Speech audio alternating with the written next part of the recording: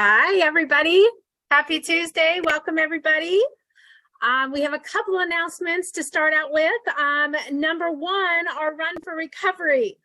It is our fourth annual walk or run for recovery. It's coming up Saturday, May 13th. We just went live a couple days ago with the registration. So everything is live and ready for you to get registered. So rally all your teams.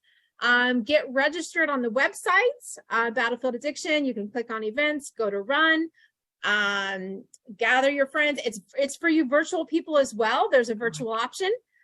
We've been able to make a lot of fun with that, with people sending in their pictures, come the event and all that good stuff. So we want everybody far and wide to come. If you're local, we want you there in person. It's going to be in Auburn, the same park as that it always has been. And it's going to be just a lot of fun. So you can walk very slow or you can run really fast. It's up to you. So it's going to be a fun day in the park too. We're going to have a lot of vendors, and so we have a lot of fun in store. So mark your calendars, get registered. I'm going to have posters and postcards for y'all to hand out and hang up in all your local places at the next in-person solution group.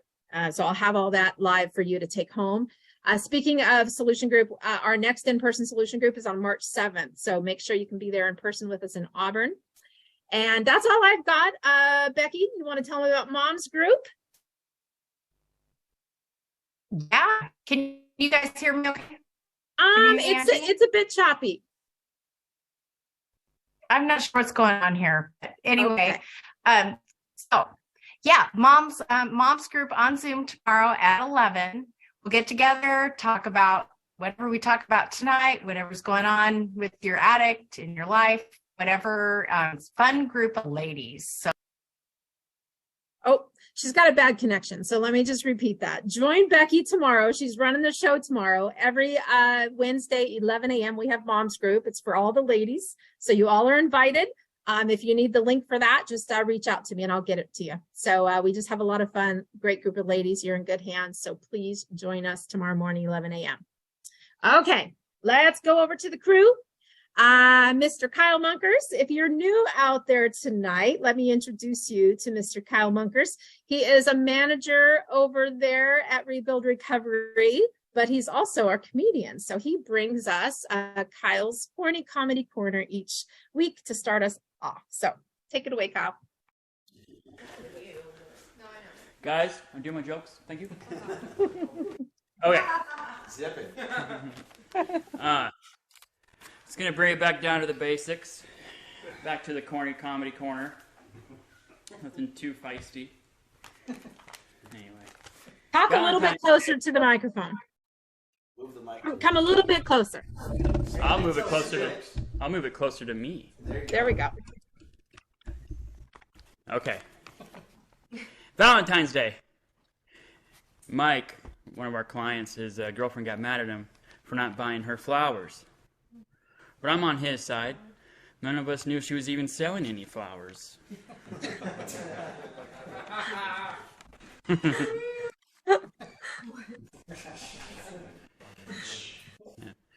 What does Zeus wear under his clothing? Thunderwear.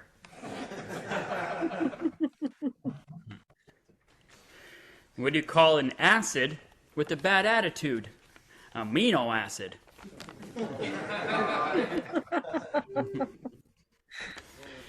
You would never guess who I ran into on the way to get my glasses fixed. Everyone. Bet you didn't see that coming.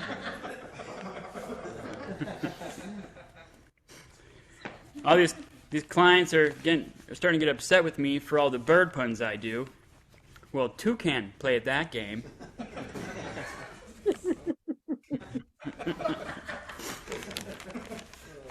What do monks and Christmas trees have in common? Their balls are just decoration.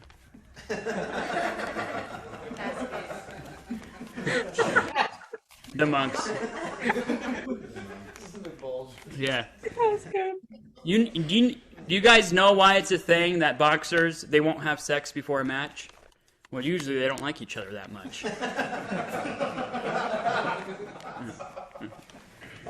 Yeah.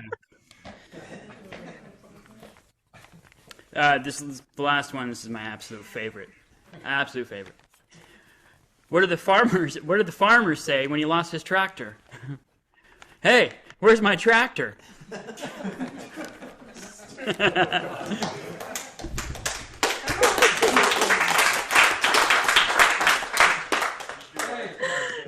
That was good. That was good, Kyle.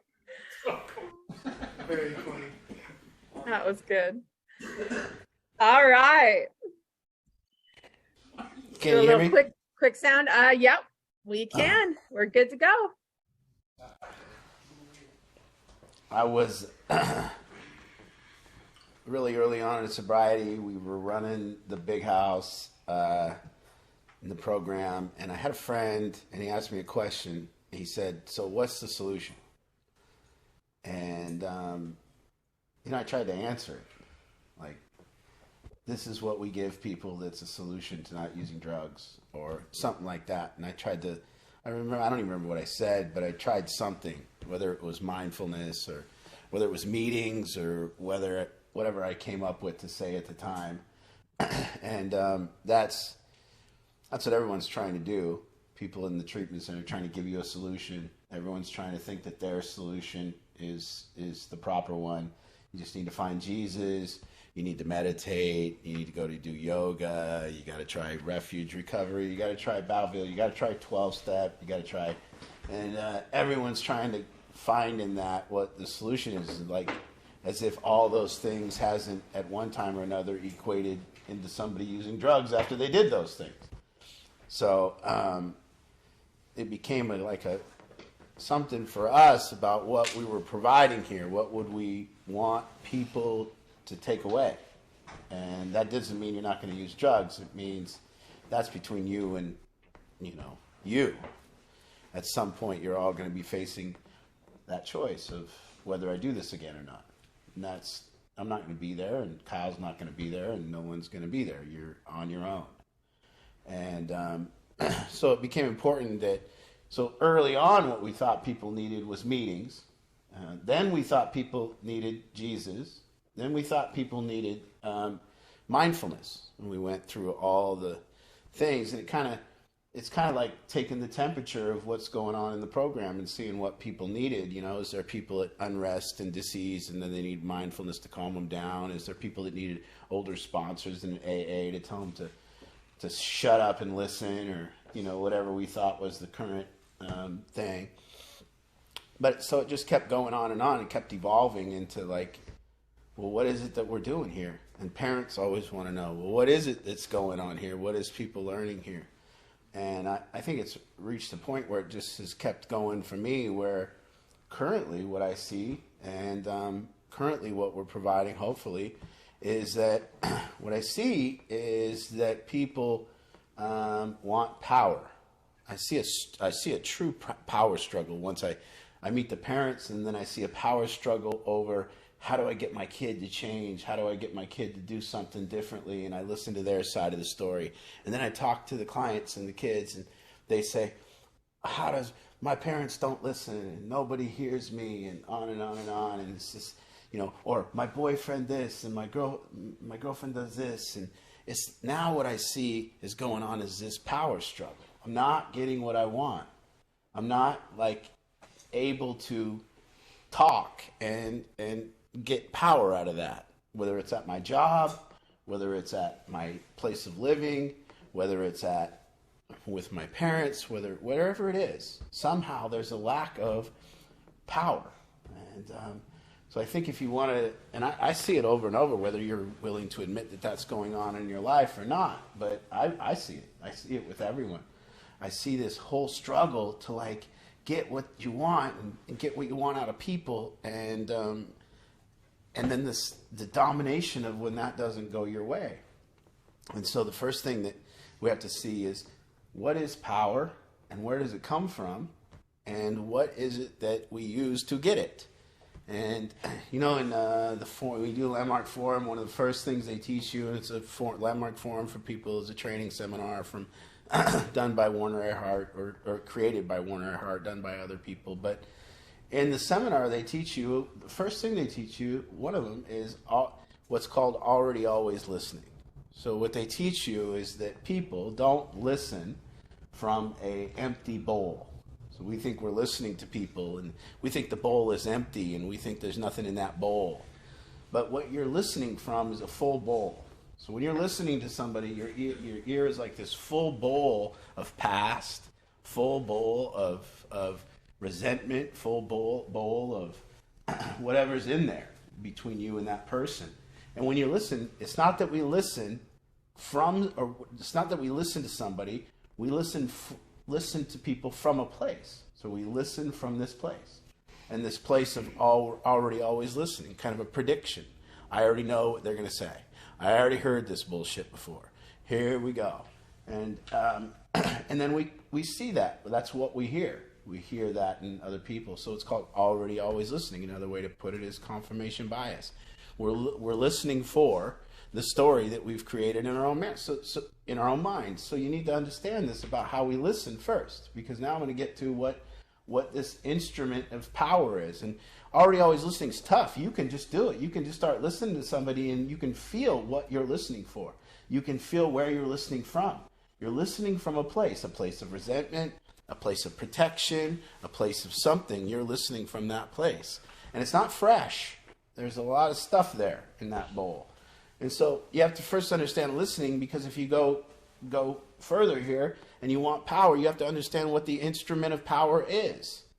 And you have to realize there is an instrument of power. We have people all the time. I hear it all the time. I'm not heard. No one's listening. My voice isn't heard. I can't find my voice. And I thought about it a lot today. Find my voice. People trying to find their voice. You have a voice. You know you can talk and can do it, but you can't find a voice that cuts. You can't find a voice that gets things done. You can't find a voice that makes things go differently for you. And so the first thing you need to do is you need to understand that power comes with a voice. That's your instrument. That's all you have is your voice. And that instrument has to be just like any other instrument. That instrument has to be sharp, and it has to be tuned up. So the first thing that you have to do is look at your talking and look at and by the way, I'm not the greatest at none of this stuff. I just know about it. It doesn't make me a master. It just makes me somebody that understands it. That understands if I'm not getting things done, I can trace it back to my listening, and I can trace it back to my voice, and I can trace it back to how my voice is cutting right now, what's it's doing. And so if you really start... Who's that? Lindsay, have a seat. Okay, so we're finding this power to speak with each other, the parents talking to their kids, the kids talking to their parents, and we're understanding that our voice is our weapon, and we have to sharpen this weapon. And the next thing that you need to understand is, where does my weapon put people? What does my weapon do? If you're going to speak to people from a voice, what place does that voice put other people in? So what place is your instrument putting people in? How does it make them feel? Like, are they defensive? Are you trying to make them wrong? What is it that my instrument is currently doing? You know, there's a real sense. And when you start understanding yourself and you got to understand your weapon. You have a weapon. You've been living your whole life and nobody said, understand your weapon. You have a weapon. It is your voice. That's all you fucking got. And you don't understand how to use it. You know, another thing people are doing with their voice is they're complaining. Now, I don't care if people complain. I'm not complaining about people complaining. I'm just telling you your knife is dull. Your knife is retracted. Your knife is nothing. Your voice, when it is complaining, is a dull, stupid instrument. It does nothing for you. So you have to understand that first about your voice. So if you're going to have power, you're going to need a weapon. If the weapon is your voice, you got to understand how to use the weapon. And you got to understand what that does to people. You got to understand how that weapon actually can put people in a place, and it can cut them or it can heal them. You got to figure out what this weapon of yours is doing. So the first thing I started understanding was I am either for or against people. And you can be in conversations and you can be talking to people, and you need to ask yourself right now, are you for them or against you? Now, complaining is one way to dull your weapon. Another one is speaking from a place of against. When I'm speaking to somebody, but they're wrong, and I'm trying to tell them they're wrong, and I'm trying to get my way, I'm against. More than being against sometimes, worse than them being wrong, I'm trying to tell them how right I am. Worse than that is when we have to protect ourselves with our voice. Worse than that is when we feel that we're so against this person that we got to protect. The other thing I see is people with the dull weapon and then wanting to use it only as a blunt object when they've stuffed enough bullshit, and now they're going to pull this blunt object out and start mashing everybody's face. So they stuff, resent, complain in their own head, complain to other people, complain, and then they blow up on the person. They just can't keep it in anymore, and they just blow up. Well, you're understanding you're trying to use a rock to do a nice job. That's what you're doing when that happens. And at that place when you're blowing up, you're so against people. And just feel just understand the feeling of what it feels like when people are against you. When people are talking to you and they're against you and they're telling you how wrong you are, or they're telling you how, they need to protect themselves for you and you're bad or whatever. What place that puts you in. So understanding this thing that we are here, and part of the problem with all these families and everything going on in here is they all got weapons and they're using them improperly. Families against each other. Couples against each other. Kids and parents against each other. Constant trying to prove each other wrong.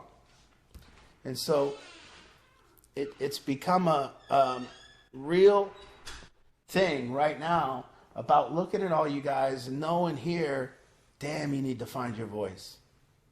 Damn, you need to understand your weapon. You need to understand how to really get things done. This will give you power. This will be different. And you need to understand how you sharpen your weapon. And some of the ways that you do it. One of the ways that you sharpen your weapon, your voice, is you keep your word. Another ways that you sharpen your weapon is you don't lie. One of the ways you sharpen your weapon is you use it to communicate when you're not against people. To have values, to have integrity. These values that will sharpen your weapon by giving you the respect and giving that knife power.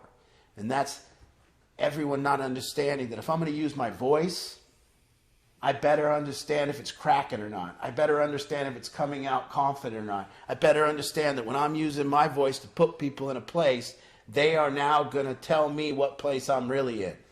They're now going to tell me about myself. So gaining respect with people, managing your life thoroughly, having your bed made, having your clothes clean, being showered. We don't get listened to when we're not showered. That's right. Think about these things. Do you listen to anybody who's dirty and not showered? So if you're dirty and unshowered, stop even thinking you can use your weapon. You stink.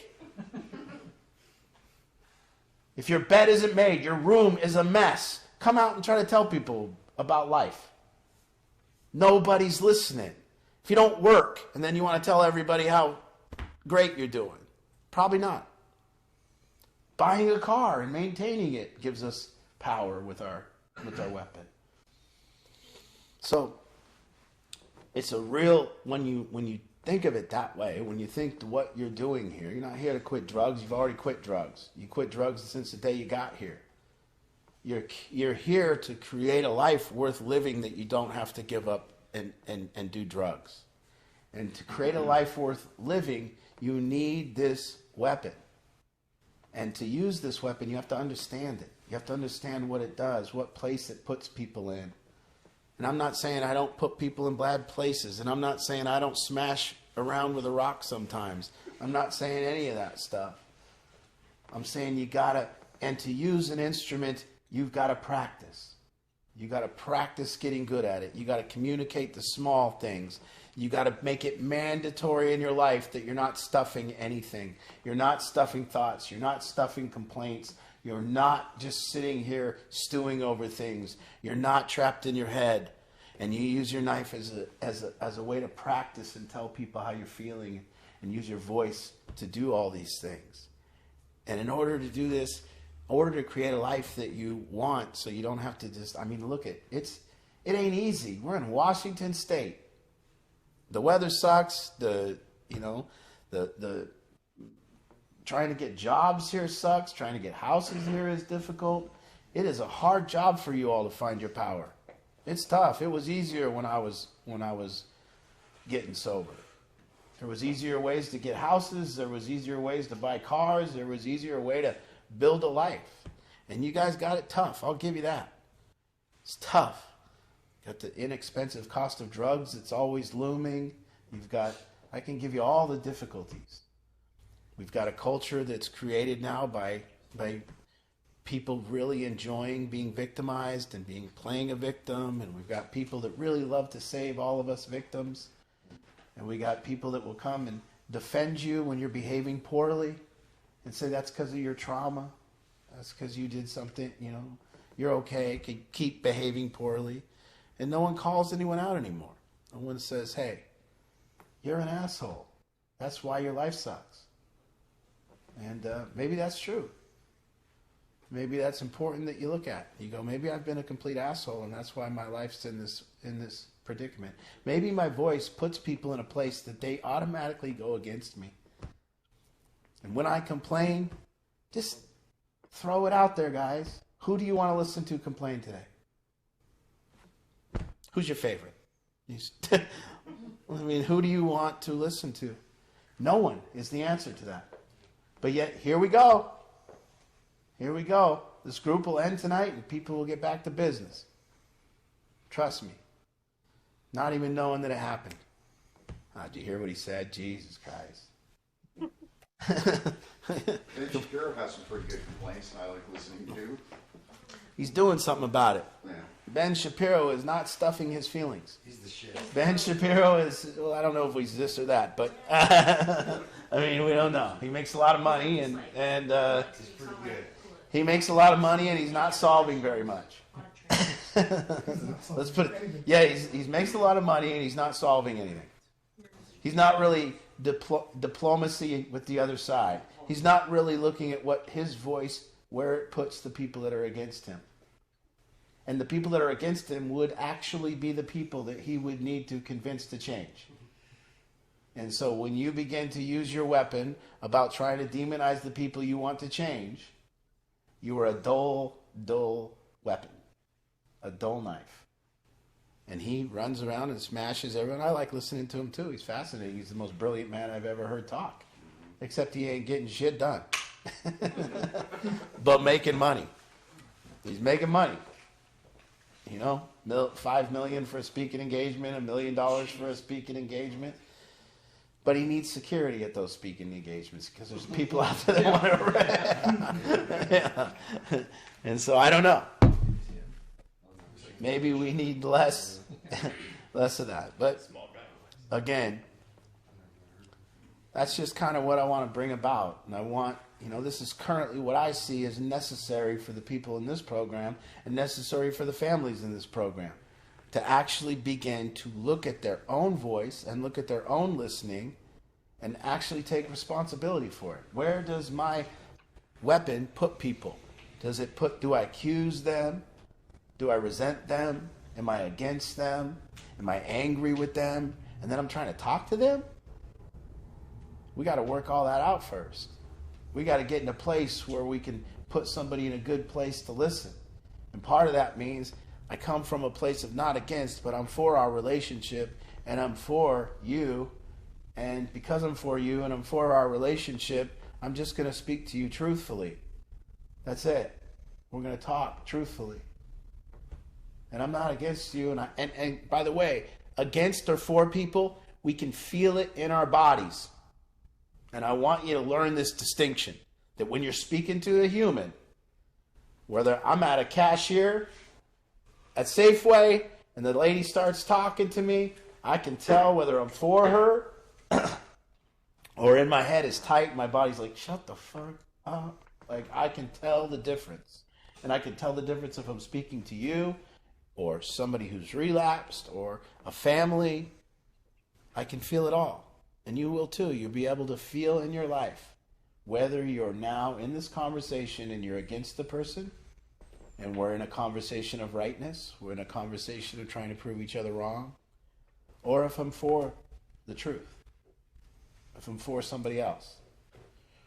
And that's how we begin to actually look at how we're going to landscape our life, how we're going to look out there and create a life that no way would we give up for a night of drugs. No way would we give up for a break. So that I don't want to break from my life. It's too good. I can't miss this movie of my life. It's too fascinating on a daily basis. And if I do drugs, I miss the movie. I put the movie on pause and I go somewhere. And that's just not something that is going to be very effective in your life. And power is. And so getting to a place where you understand, even in texting, geez, you can be texting somebody and you know whether you're for or against them. You'll probably be able to tell just by how fast your fingers are typing. If you are texting and your fingers are typing fast, you're against. And you're going to say something mean or angry. And if you're typing and your fingers are happy, and you'll say something nice, and it'll be effective. It's how many times you hit the backspace. That's it. Oh, yeah, there's a good point. How many times did I hit the backspace in the creation of this text? You like to unsend messages Yeah. too. Yeah, I did. Today I unsent a message because I was against. And I kind of said something that might be, I didn't really want to be that way. I already saw it though. Yeah, you do that. Yeah. Was it about you, Jeff? It was. I sent it to Jeff. Everything I sent to Jeff is about Jeff. Obviously. Yeah. So our voice is our biggest weapon Yeah. to gaining power. There's got to be. And we're not talking about literal voice. We're talking about metaphoric voice. Yeah. There's got to be other weapons out there, correct? Or is that the only weapon in our arsenal? Well, every one of our actions, everything we do, either gives us more of a voice or less. So everything we're doing is either sharpening the knife or dulling it. If I am complaining to people, I am losing my voice. I'm not gaining a voice. I'm losing it. If I came here tonight and complained to you about my life, it would do nothing and no one would give a fuck. And at some point you would just want me to shut up. And that's what we want when everyone comes to us. And so people that are complaining, we can sense, we might not do it, but you will feel that won't be a person that I can follow. They don't have their life together. They're not responsible for their life. And as they're talking, they're diminishing their voice. And as they're speaking, they have no power. You already know it. How can I follow a person with no power? How can I even, whatever? And then somebody wants to have a voice and they say they're going to be at your house at 8 a.m. on Monday, and they're not. They've now lost power in that weapon. Everything. You walk into somebody's room and you see that got into Travis's truck today. He's like, oh, I forgot to get gas. 11 miles left to go before he was out of gas. And his truck's a mess. And I'm like, well, that's not going to sharpen anything. No one's going to listen to you there. That's a tough, it's tough. It's tough thinking that our voice has the power we have with people has to do with the way we live our life, and it does. It just does. And I was telling a couple of people here at the house that and I learned this through Travis, to be honest, that if there's any flaws in your game at all, if there's any flaws in your game, then you just don't. There's no reason for people to listen to you. Yeah. You know what I mean? It's just, yeah, especially around here. You guys are a tough crowd. Yeah. I mean, I could probably put you guys in a room with 10 millionaires. Just sitting in a room, and by the end of the day, you'd figure out why they were stupid.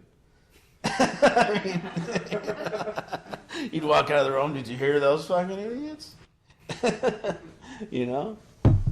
Jeez. You never know. Doesn't mean the 10 millionaires are smart. I'm just saying. Well, we just figured this out about Ben Shapiro. Yeah.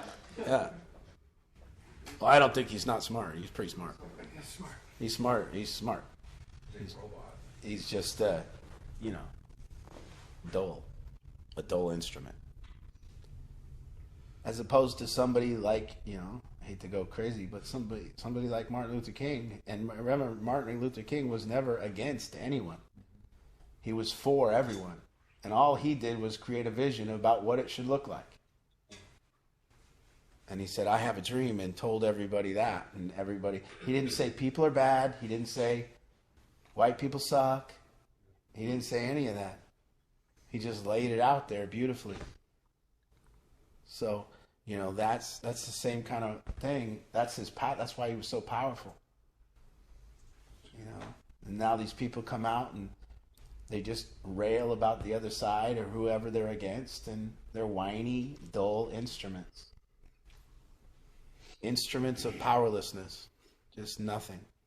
Who cares? And as soon as you tell me how bad people are, I want to look for how good they are. I want to be against you. So this understanding between families and everyone on here, and then that's what we're doing here. Whole battlefield thing, the thing about giving people power, and the thing about giving people voice and a language to talk in, and how to get down to the truth, and connectivity and everything. It all boils down to this one thing, these voices talking. And what it boils down to is the trouble with it is an ignorance about what my weapon is up to and what it is doing. So if I can lay it down there and I can state that this is my mission, to watch these words come out of my mouth. I used to say it's kind of like you got to get around behind the other person and watch your words fall into them. And when I'm doing really good, I do that. When I'm doing really bad, I don't. That's just the difference. There's no blame. It's just me doing bad or me doing good. Me insecure and angry, or me happy with myself and happy with them. What's the difference? I've done this work because I used to think I was helping people, but when I look back for the first 4 years of doing this, I was always against people. I was always telling them why they were wrong. I was always pointing out their flaws. And I couldn't figure out why people didn't like me. You know, some people like me, but I couldn't figure out why everyone didn't just, you know, why isn't everyone why is that guy, how could that guy not like me? I clearly told him why he's a piece of shit. You know? I thought he needed to know that. And thank God there's a truth teller like me to tell the guy how stupid he is. You know? It's like I always wondered how someone got to the American Idol audition. Like, how does somebody get there that can't sing? It's like there wasn't a truth teller in their life to just kind of let them know how bad they suck. You know? How do you do that? You gotta be around that person's life and go, dude, you suck. But now you gotta figure out a way to say it. Jeez. Oh. Very short tonight. We can answer questions about anything, everything. All right, let's open it up. Scott's here. Jesse, you got a thought? It's a thought. Okay. Be irrelevant. But it kind of was inspired by what he asked. If there's other tools that you have. Yeah. Thinking like the 5 love languages or whatever. You have like different actions like you answered. Mm-hmm. Yeah, but it just reminded me of a book I wanted to write called The 5 Pain Languages. Yeah. Because we inflict pain in different ways and receive pain in different ways. Yep. And so I'm not a good writer, but you should write that book. That's very, yeah. We didn't hear him. Well, Jesse said in opposition or in a rebuttal to the 5 love languages, he would like me to write a book called The 5 Pain Languages, and how people inflict pain and receive pain with each other. And I think that's pretty smart. I mean, you know, how we hurt each other with our voice. And how we're not thoughtful with it, and how we're protecting ourselves. And it's pretty good. Because one of 2 things is going on, love or pain. That's good. All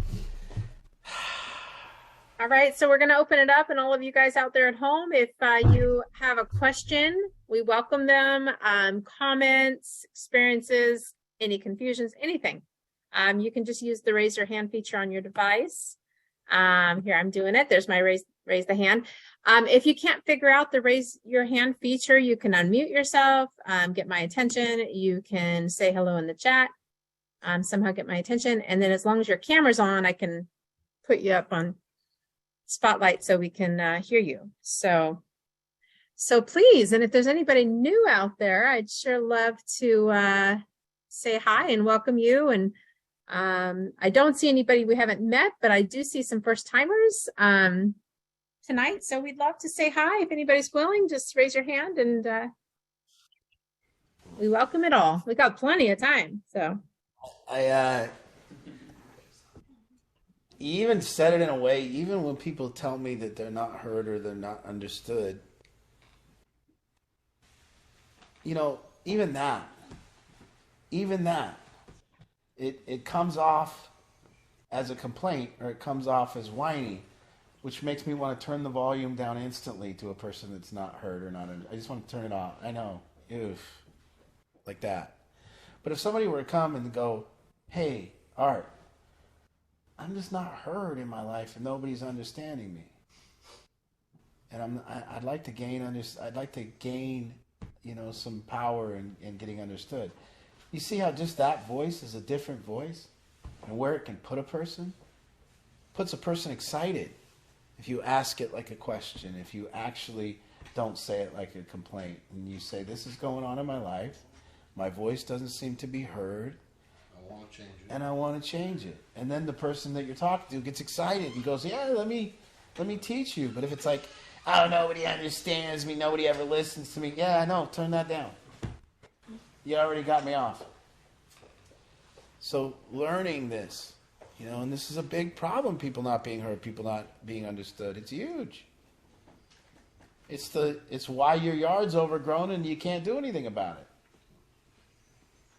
Trapped in your house with an overgrown yard. Well, what are you going to do inside there?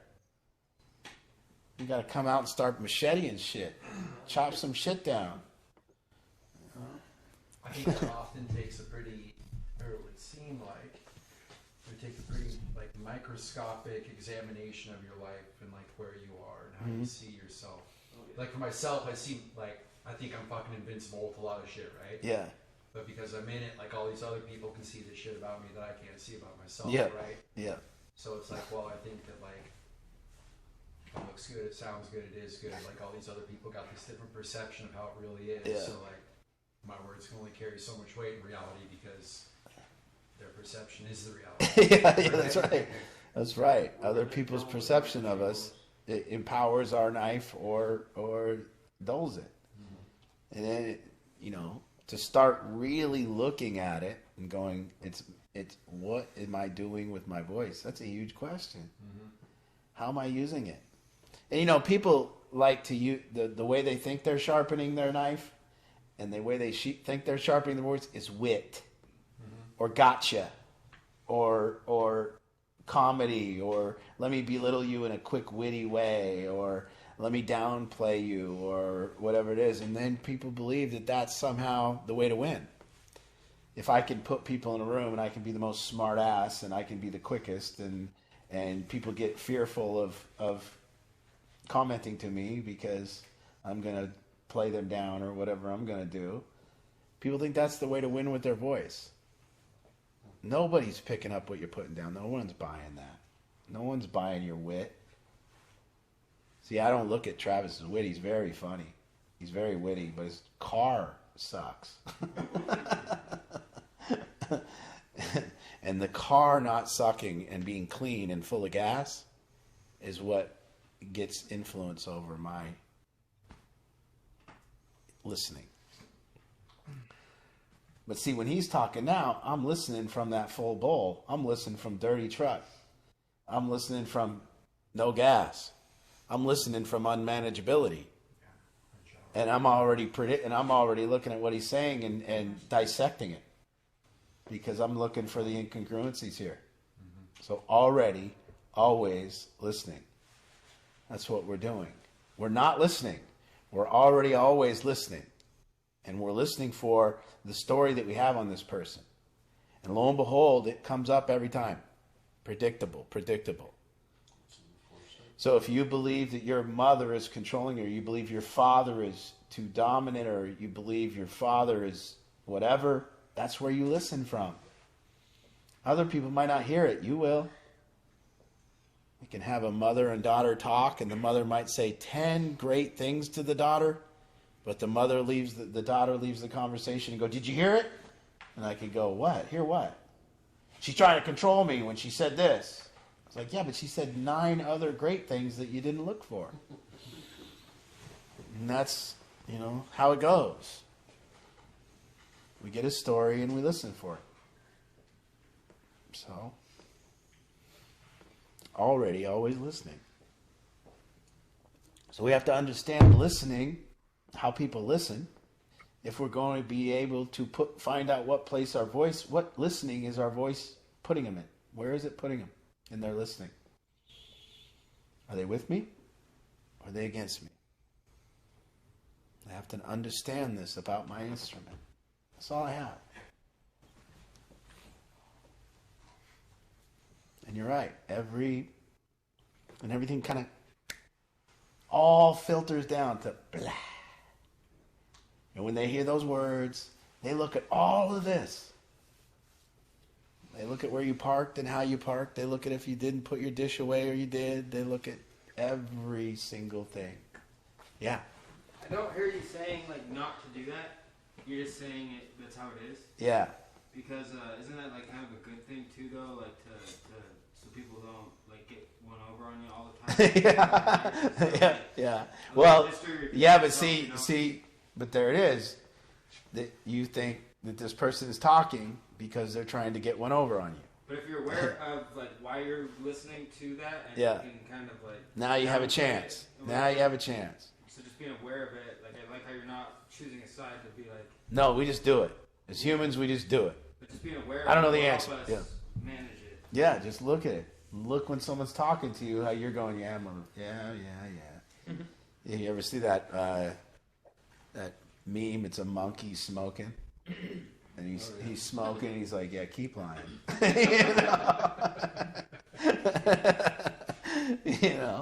It was more derogative on the meme, but it's pretty cool because the monkey's just got the face like, and the monkey's smoking a cigarette.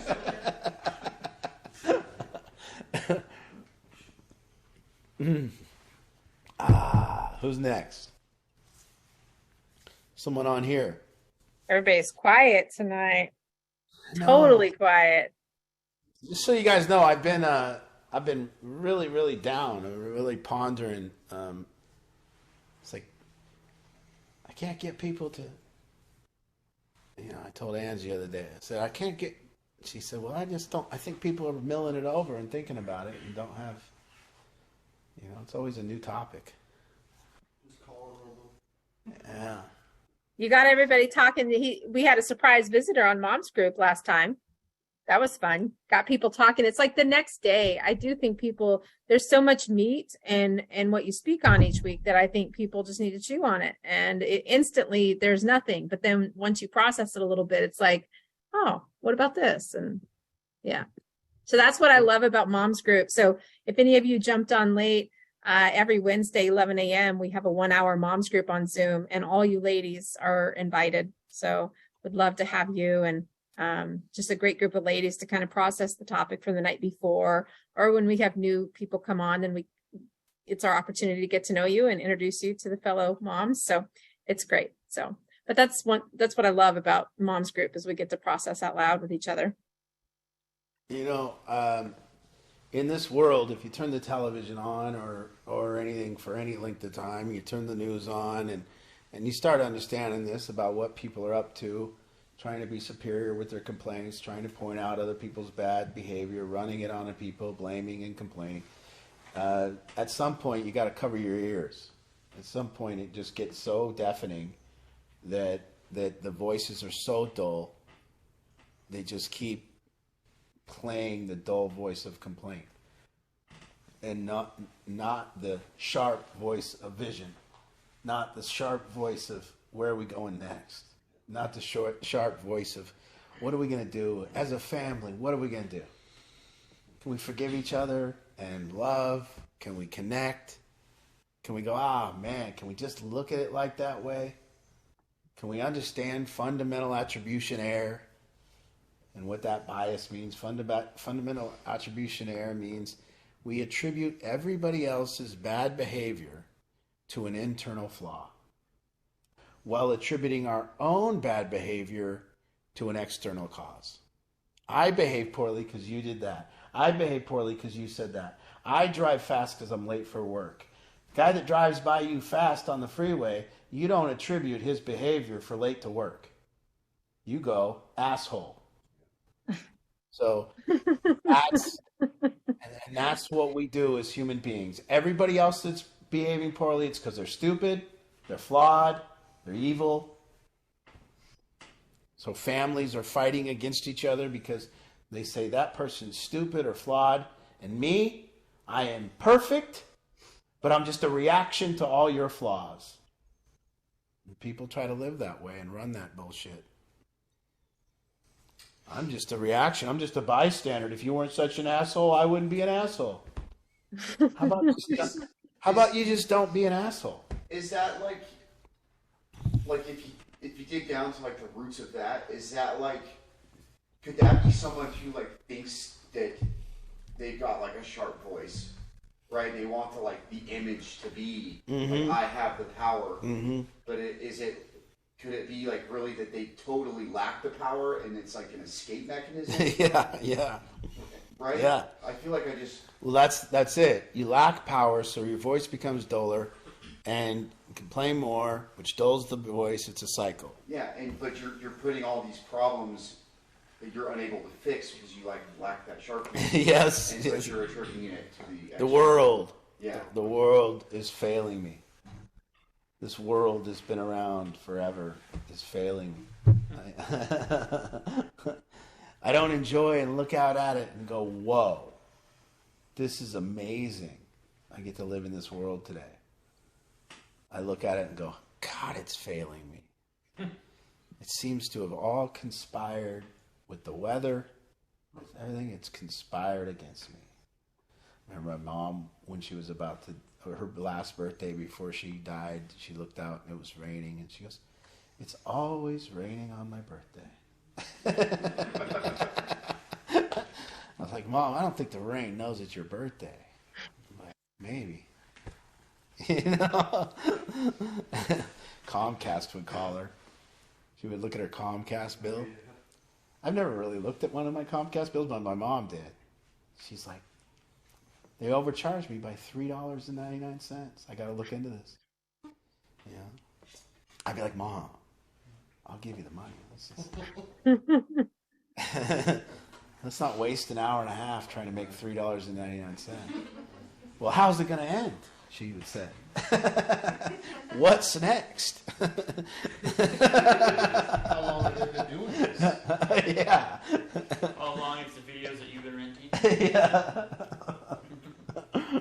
It would always come back to her. Yeah. You know? The world's conspired against me. Comcast, the gas station, price of milk, eggs. Oh, man. $3 for an egg? Oh, man. I gotta get it. Gotta get my own chicken. You don't even like those eggs. I remember that. No. Yeah. That's right. Yeah. Yeah. Look That's at right. Lynn out there smiling. Yeah, Look at Lynn Lynn. smiling. Yeah. Her Me and Lynn ostrich are like, eggs yes. she had in my- Let's get the chickens. Let's get the chickens. I'm sorry, those eggs that you buy from the farm, they're misshaped. Covered in dirt. There's big ones, tiny ones. It's like, Covered in it looks dirt like, for chickens. I'm like Looks swimming like in hate ostriches. right now, you guys. I got so many. I need some of those. My farm, Lynn, is low right now. Oh, yeah, they're popular, huh? Yeah. Yes. feathers Yeah, in the Art found a container. feather. Art I found found a a feather. feather. Oh my god. We have his and her eggs. Like no So joke. gross. No joke. It's his and her eggs. Yeah. Still got poop on the edge. Oh yeah. Is that poop? Mine definitely had some poop when I was at the house. Yeah. Oh. You give Angie those, she'll eat those eggs. So She'll eat good. those eggs. And that's simultaneously telling me, you didn't wash that apple?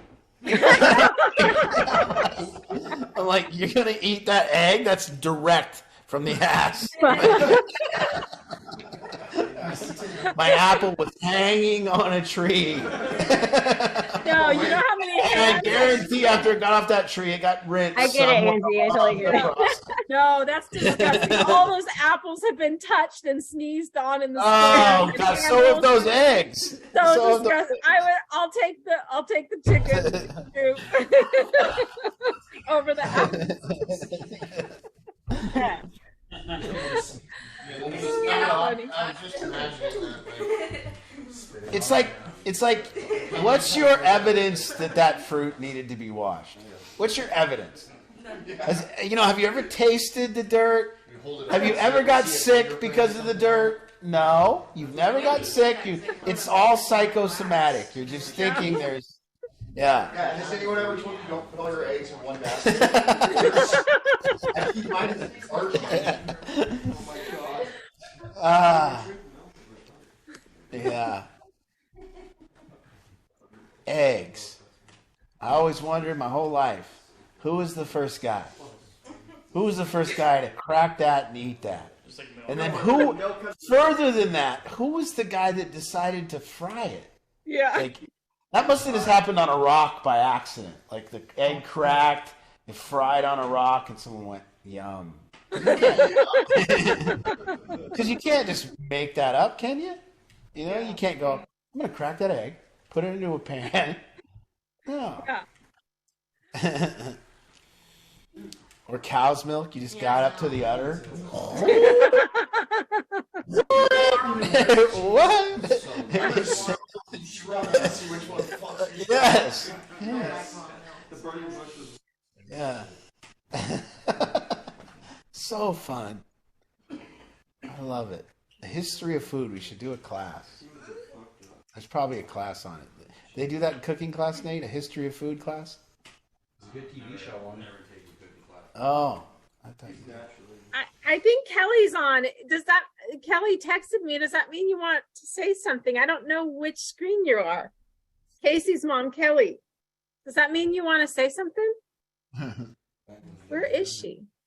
She just made a comment on it. She says, I tend to scare people off with my weapon. So she's on. Where are you, Kelly? Yeah.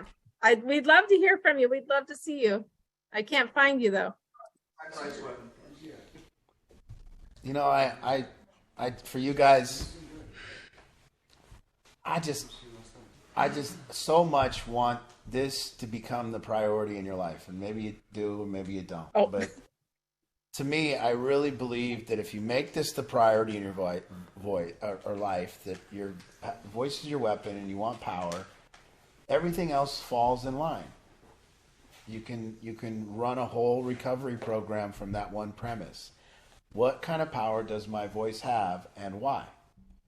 And what kind of respect level am I gaining before I speak? What kind of actions am I taking in my life that are actually commendable? What am I doing that people look at and go, good? And what am I doing and that people are looking at it and going, that's not too good. I don't want to listen to this person. And I have to look at these things.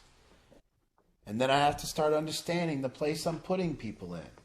And what else are we doing here? You've got one life. And to make the life as optimal as you can for yourself, I don't understand what another priority would be. I want the optimal living conditions for my life. I want the best out of my relationships. I want the best out of my work. I want the best out of my day. This is what I want. And in order to get that, I got to work on this thing. And I can become a person who can get that. And then I have my family. And I get I get the ability to actually teach and connect them to the same type of life. What are you going to teach your kids? How are you going to teach them to get what they want? Because they're going to start complaining. They're going to whine, and they're going to want to have a dull voice. And they're going to do all kinds of strategies that aren't with their voice and power. They're going to give you the silent treatment. They're going to tell you they hate you. So you're all going to have kids, and what are you going to do to teach that kid to get what they want if you're not living it? If you're not living powerfully, how do you set an example for them? Well, you walk into a store, you leave the store, you got your kid in your car, and then you complain about everybody in the store. What do you think that does? But what if you're in the car with your kid and you go, man, the people in there were great. What a great experience. You see how nice they were to us? And that's because of the power I have with my voice and knowing where it puts people. And if I can go into a store or go into a restaurant, I got two modes. Believe me, I go to a restaurant, it's 50-50 where I'm coming.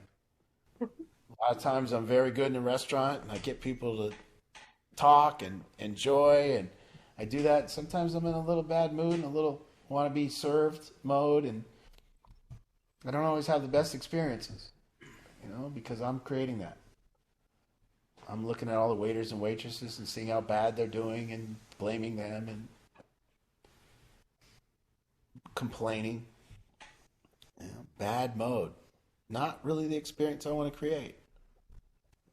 So, and by the way, when you're doing that, you're against the restaurant. You want what you want from the restaurant, but you're against them. Good luck. Good luck. It used to work. They used to have a phrase in the service industry called "customer is always right." Doesn't exist anymore. It doesn't even exist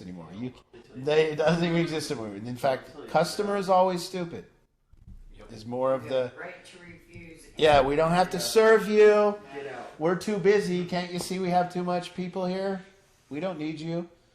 It's all become the same relationship I used to have with my crack dealer, I really needed that guy. I needed him, and he knew I needed him, and it didn't matter how he treated me. I couldn't fire back. Oh, it's fine, sir. It's fine, sir. I know you're short of me, but it's yeah. Oh, the crack's not very good tonight. Shut up and smoke it. Well, don't come back. Oh, no, it's great. It's great. And now every restaurant treats me like my drug dealer. Place I play poker at treats me like my drug dealer treated me. Why don't you shut up and take it? Hey, my steak's not cooked. Eat it and shut up. Please don't be complaining.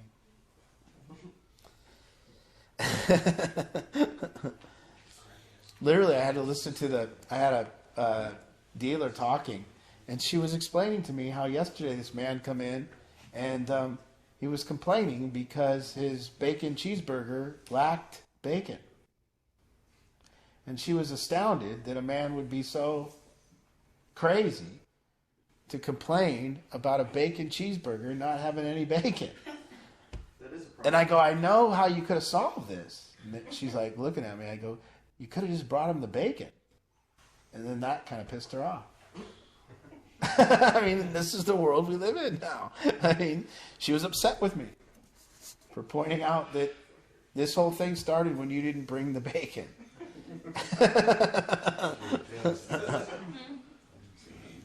That's how it is now. she thought you'd be like, yeah, fuck that. Yeah. Hey, I'd like no cheese on this. And then it comes, there's cheese on it. And you're like, oh. And the person's like, shh.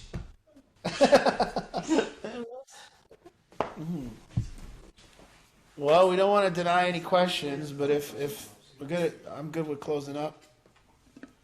All right. Yeah, I think everybody's pretty quiet tonight. So just a reminder, we'll see moms tomorrow at 11. Register for Run for Recovery.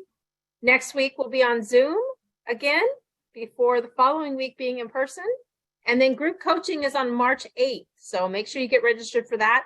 It's already kind of filling up. So make sure you get registered for that, because we limit the number of seats. And you can just go to our website, click on events, group coaching. There's no cost to it, but you do need to register because we limit the seats. But we'd love to have you family members there, and have a good week. If anybody needs anything, you reach out anytime. That's what we're here I'm for. going to close up, Ange. Okay. Just, and that's you know, for me, this is the thing that now for me in life has become the top priority in helping people. Not telling people about their own mistakes or not trying not to do that, but more so trying to help people find their power, trying to help people find their voice so that you can leave this program and go out and create the life that you want, the one that you don't have to give up drugs for or give up and do drugs.